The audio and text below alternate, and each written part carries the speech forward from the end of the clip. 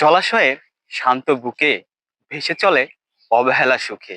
সবুজ পাতার ডাকুর বুকে বেগুনি ফুল হাসে সুখে।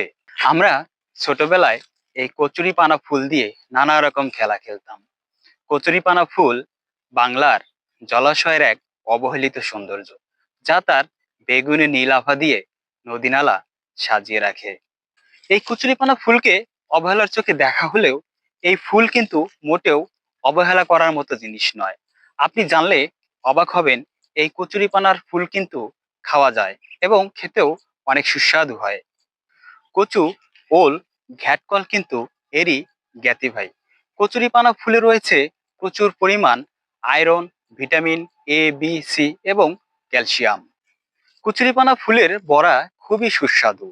বেসন দিয়ে পাকোড়া করেও খাওয়া যায়, আবার ডিমের সঙ্গে ভেজেও খাওয়া যায়।